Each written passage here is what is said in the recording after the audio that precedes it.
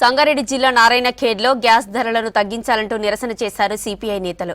రాజీవ్ గాంధీ చౌరస్తాలో కేంద్ర ప్రభుత్వానికి వ్యతిరేకంగా నినాదాలు చేస్తూ పెంచిన గ్యాస్ ధరలను తగ్గించాలని డిమాండ్ చేశారు. తర్వాత సిపిఐ పార్టీ ఆధ్వర్యంలో కేంద్ర సర్కార్ దిష్టిబొమ్మను దగ్ధం చేశారు నేతలు. కేంద్రంలో మోదీ ప్రభుత్వం వచ్చాక ధరలు విపరీతంగా పెరిగాయన్నారు.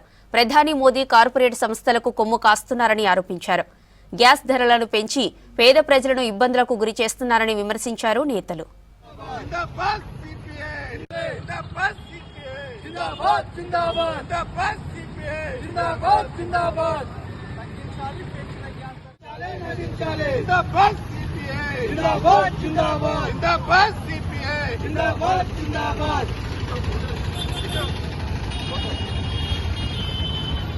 जिंदाबाद सीपीआई जिंदाबाद जिंदाबाद जिंदाबाद सीपीआई जिंदाबाद जिंदाबाद पेट्रोल ధరలు తగ్గించాలి. జిందాబాద్ సిపిఐ జిందాబాద్ జిందాబాద్.